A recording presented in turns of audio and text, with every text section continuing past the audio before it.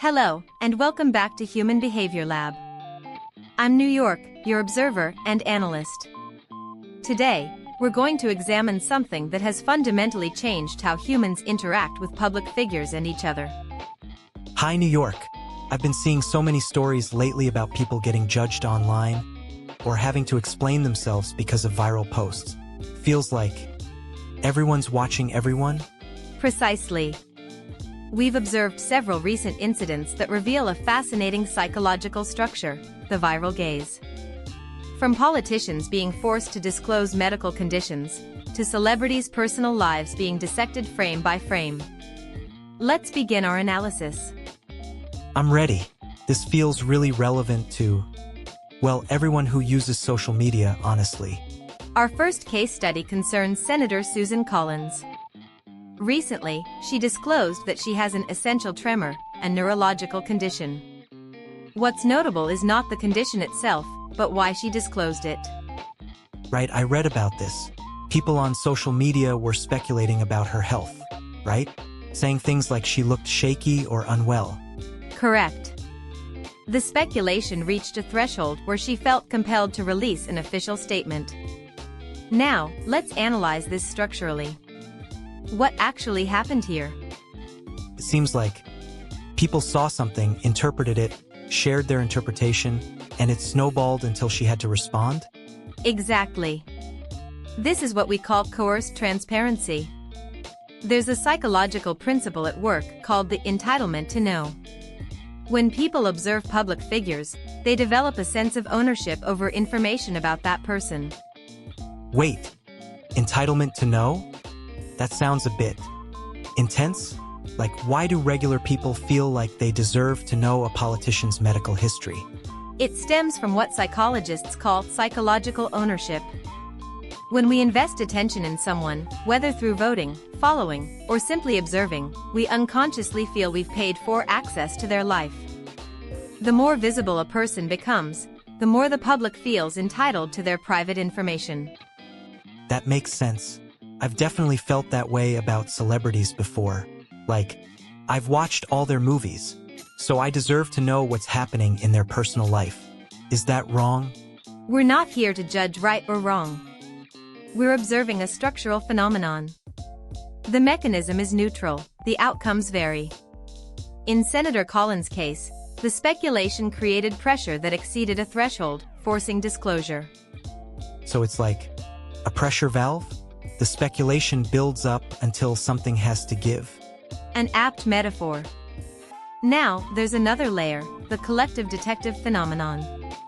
When many people observe and discuss, they reinforce each other's interpretations. This creates a feedback loop where speculation becomes perceived as fact. Oh, I've seen that. Someone posts a theory, others add evidence, and suddenly everyone's convinced they've figured something out. It's like amateur detective work. And that leads us to our next case, which demonstrates this detective behavior in a different context entirely. Let's examine the case of Jennifer Lopez. She posted a video from her bath, and immediately, media outlets and social media users began analyzing. Does this mean she's in love? Yeah, I saw headlines about this. People were like, analyzing her facial expressions, the lighting, the music choice, everything, trying to figure out her relationship status. This is a textbook example of parasocial detective work. Parasocial relationships are one-sided relationships where one party knows a great deal about the other, but the other doesn't know them at all. So when I feel like I know a celebrity because I followed them for years, that's parasocial? Precisely. The term was coined in 1956 by Horton and Wall, but social media has amplified it exponentially. What's fascinating is that fans don't just consume content, they actively interpret it, searching for hidden meanings. It's like being a detective in someone else's life. But why? Why do people spend so much energy trying to figure out if a celebrity is in love or not? There are several psychological mechanisms.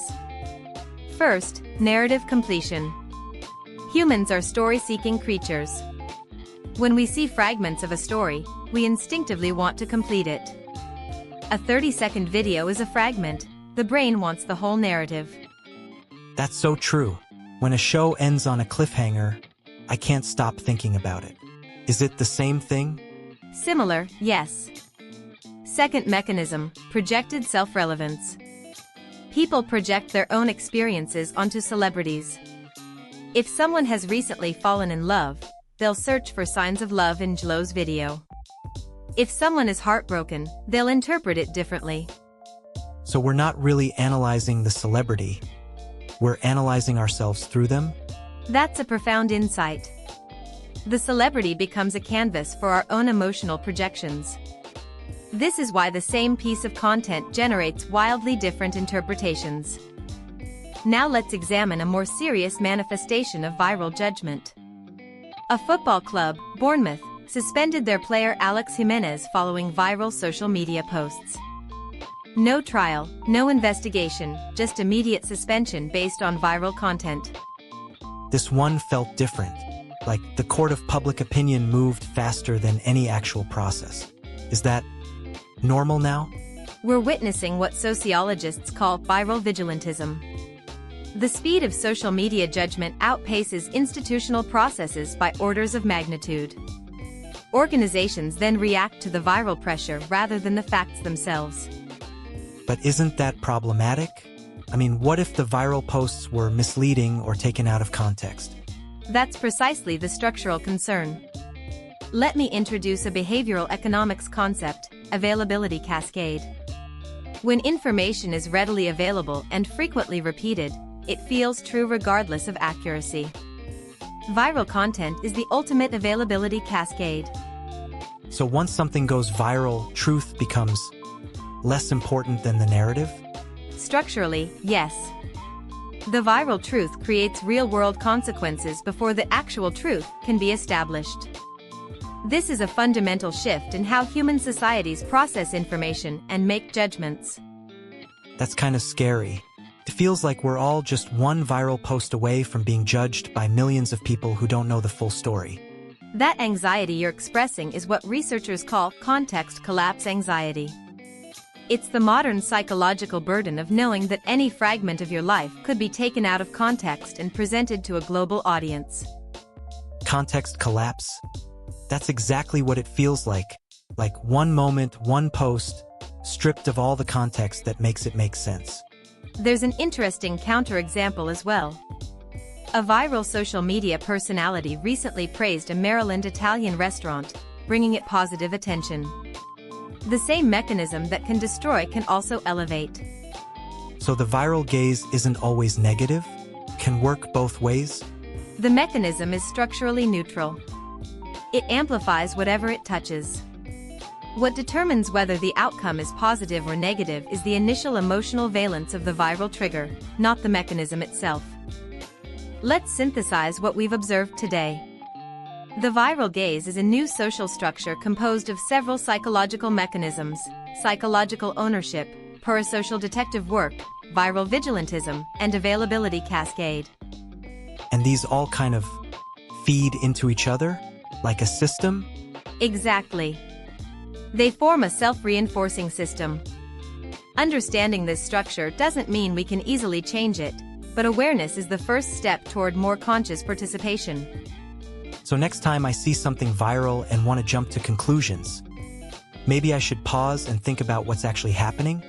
That would be applying structural awareness to personal behavior. The choice of how to engage remains with each individual. Thank you for your thoughtful questions today, Juan. Thank you, New York. This was really eye-opening. I'll definitely be more aware of how I consume and share content online. And to our viewers, observe your own behavior. Notice when you feel entitled to know, when you play detective, when you join the viral courtroom. Awareness is the beginning of choice. Until next time, keep observing.